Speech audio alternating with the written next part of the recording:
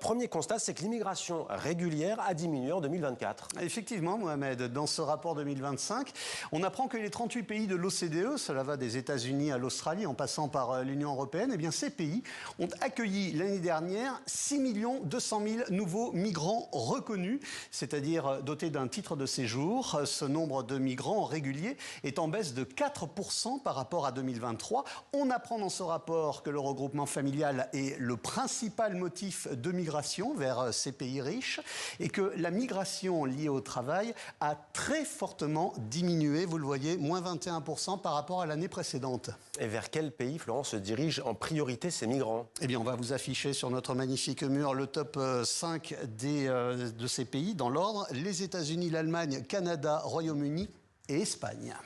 Et ça, c'est le top 5, donc dans l'ordre, Florent. Et il y a un chiffre aussi qui a attiré votre attention dans ce rapport, c'est celui des demandeurs d'asile.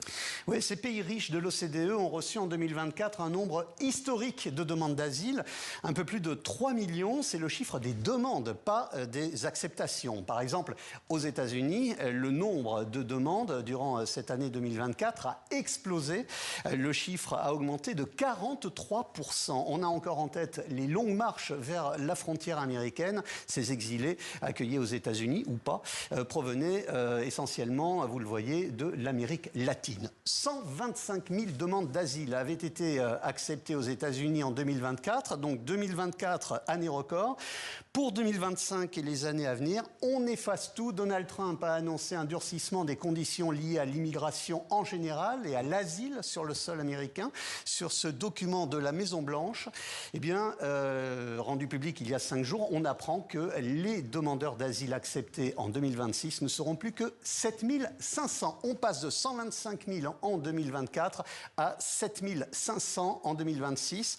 Et en priorité, des Sud-Africains blancs, victimes, selon Donald Trump, de discrimination dans leur pays. Un gros tour de vis, donc, on le voit sur l'immigration aux États-Unis. Même chose pour les autres pays?